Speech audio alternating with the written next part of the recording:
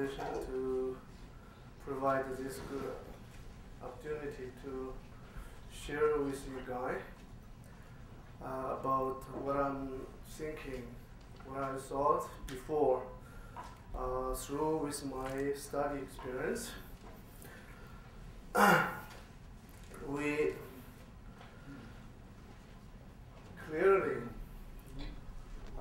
with the process of modernization in China, Tibetans have been facing a very complex situation,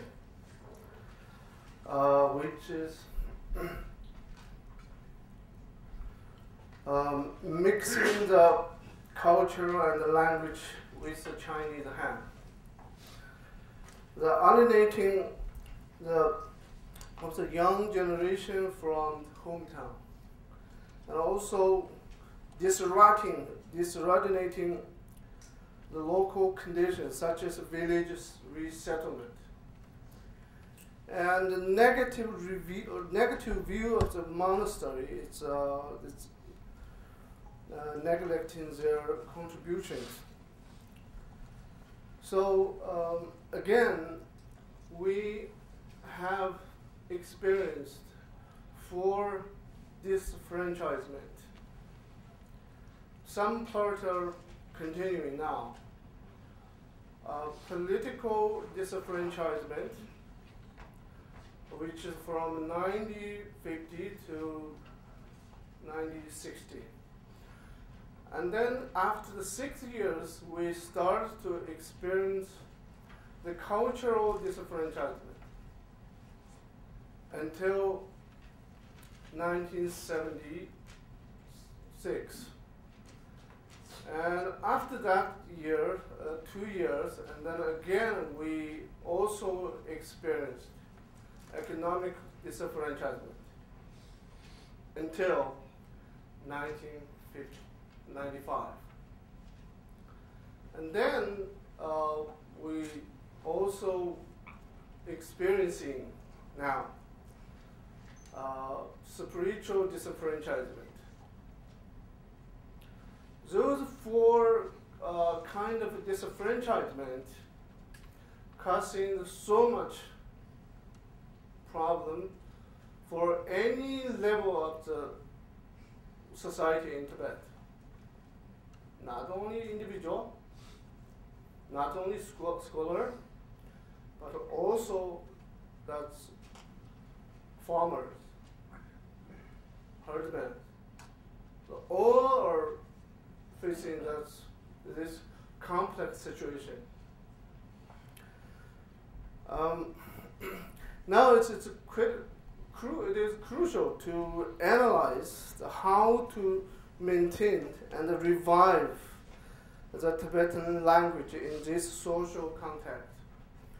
I have been through this many years with my work experience. Finally, that I realized the most important is now the villages are as a final station. It's very key in the process of changing. Why? I try to answer this why. Divide my talk into the 5 sections. First is a introduction. Second is a historical review, and the third one is a example of the autonomy law. Right now, the implementing in a practical way. The other one is the reality of Tibetan language using in Tibet. And the final one part is conclusion. And this talk will mainly focus on the village as the basis for maintaining of the Tibetan language. these have two factors that I wanted to emphasize. One is external factors. One is the internal factor. Why we have such a work hard in any level of the society, but the result is that is not we expected before. The external factor is over politicalization of the Tibetan issue. Why? I want to give example from the township government. If the person who really loves works for Tibetan side, and then they're not creating a new law. They just want to implement what's the autonomy law. And then here, when they went to the county level, they're asking, okay, here is a law. Now, would you permit to us to implement that? And then they show that very strange face. Okay, you could do it. And then after the few months or the few 1 year, they will lose the position. That's never appeared in the document. And then the principal or the other local official or the county official or the prefect official, they're all kind of people, they have such a thing they wanted to do in mind, but can't practice even the autonomy law. This external factor, it's affecting many different work and many different professional job. The internal is mass education. We need to analyze the autonomy law, and also we need to analyze ourselves, our social structure, our population, our people. In 1986, we had a statistical analysis that said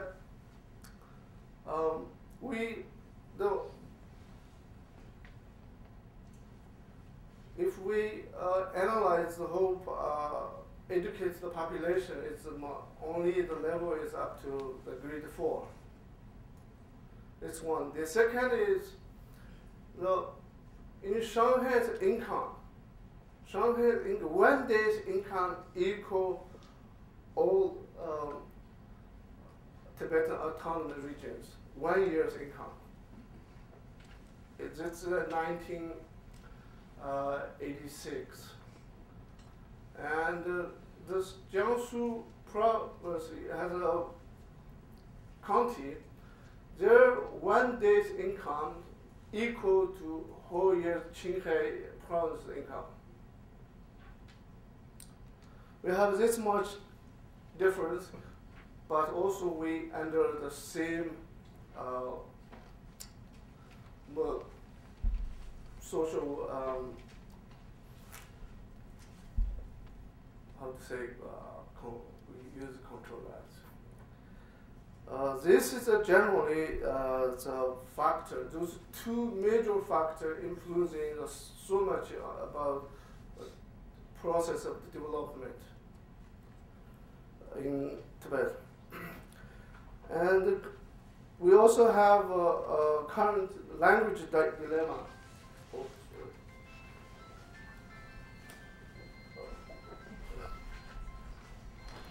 Which is, if not proficiency in Chinese, no job, it's very clear. If only learning Tibetan and English, many times they politicalized the problem. If you only study Chinese and English, you will lose your identity. very clearly. Then I interviewed and met many village teachers through my work. The village teachers asking bilingual education research how to make the language choice. Who should make decision? Society, principal, parents, or kids themselves? We're in the very cusp of the approach. But many experts in the Chinese minority education experts or Tibetan or other minority education experts, they're not, until today, not clear. They made 26 kind of definition of the minority education. Not clear yet. So this ununified theory misleading the reality of the Tibetan education. Many principles point out by the top of the level of the government. For example, last year in my hometown, they appointed a Chinese, local Chinese Han to be a principal in the school. Before, it's, the model is they teaching the Tibetan from grade 1, and then they teaching the Chinese up to grade 3. When he got that position, he certainly changed without thinking the social contact. Okay, now from this September of the year, we start to teach the Chinese with grade 1, and then we'll teach the Tibetan up to grade 3. And then the villagers are so angry, but they don't have an idea where to go, where to ask him, how to change this kind of situation. And then I phoned them, organized a committee at the village to go to the county level, ask them. And then they went. Says, when the county education bureau says, we never made this change. And then the village come back to that principle. This kind of struggle, and not a struggle, real struggle, this kind of a movement that starts in the village by themselves.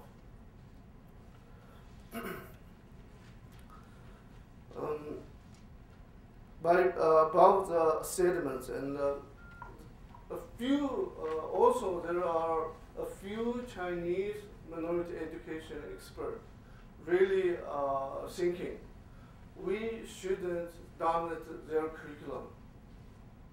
A few, I don't know, I'm not sure in Beijing or any other place, but in Western province, the few Chinese scholars thinking that, but they're still arguing. This argument not finished yet. For example, they made a policy for the curriculum reform. One is national curriculum, local curriculum, and the school curriculum. And then they say national curriculum, there's no argument. Everybody had to, everywhere in China, must be teach that. At the local level, they said, oh, now you have chance, you could teach your culture by your language. Okay, the law from top level is okay. Now, in the prefecture level, they're still arguing. A few Chinese scholars and the Tibetan and also the other group of Chinese scholars says, let them teach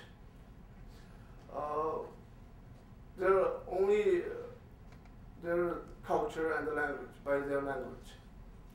But the other group says, you only could put your cultural content in the 15% to the 25.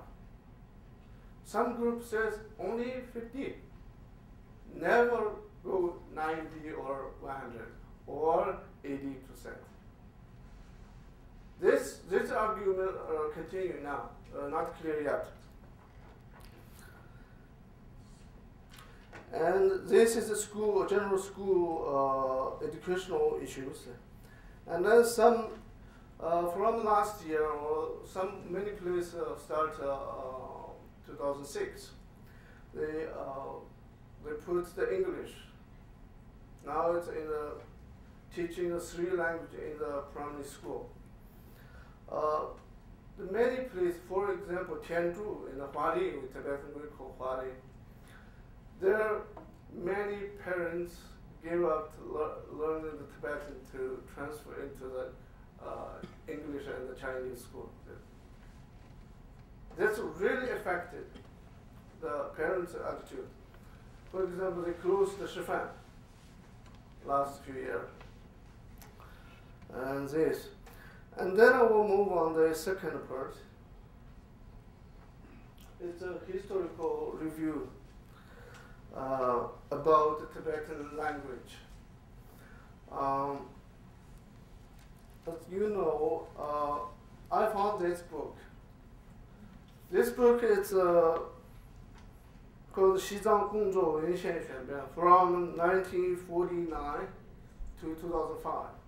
So all the political decision made the top of the Beijing. When we looking at this book, how do they start the making the policy and how do they change their policy by the situation changing? And then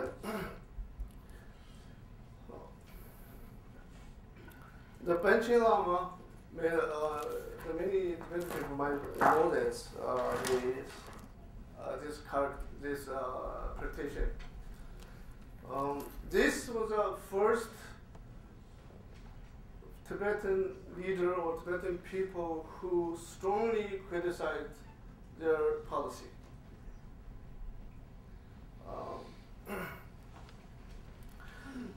The main reason is he asking that all levels of government in Tibet need to use the language Tibetan. And then finally he said, we don't want our language to be a folk language. This is his part. And then the 1980, in this book, they made a decision where it says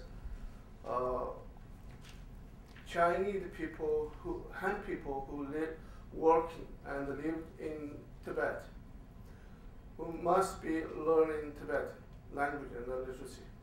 Otherwise, you can't make good service for Tibetan people.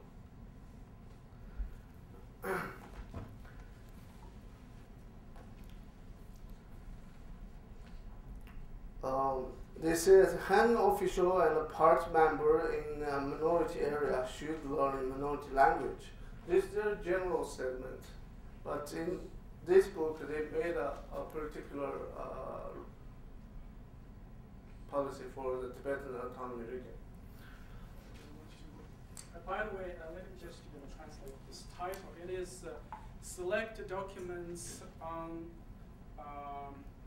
the undertakings in Tibet, in TLR, Xizang, particularly in TLR.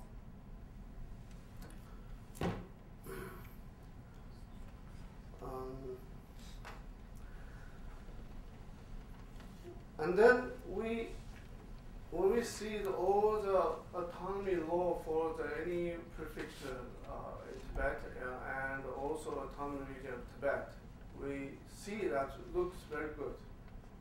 Looks very good. I haven't had a chance to criticize or analyze all of them.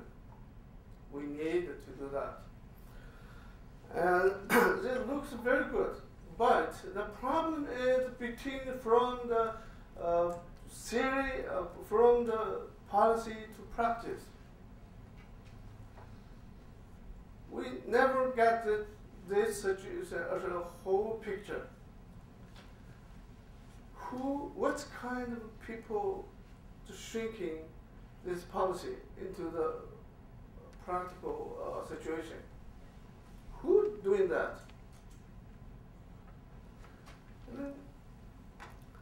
This really needs to work more further, but I haven't done yet about this. We need to do. If someone who willing to do that, I would like to collaborate with them. The third one. This is another example of the Gannan Tibetan autonomy, as region's law on autonomy. The section 6 is on education. It looks more good. Looks more good. They said you establish the system of education step by step, and you also must use the Tibetan language in any level of the school and the class. You could have the college or university in your region.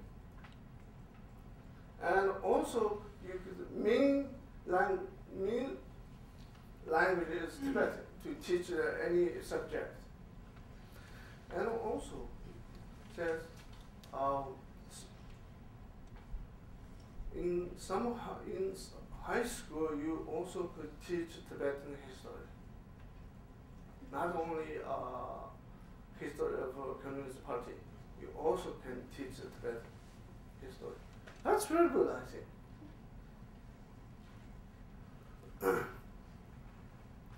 And also you can enhance all of the characters and the minority culture and art. The minority in Gannan, the prefecture, the majority of the population in Tibet, which means we have a law to implement in the practical way to teach and to use and to develop our culture and art, and also the language.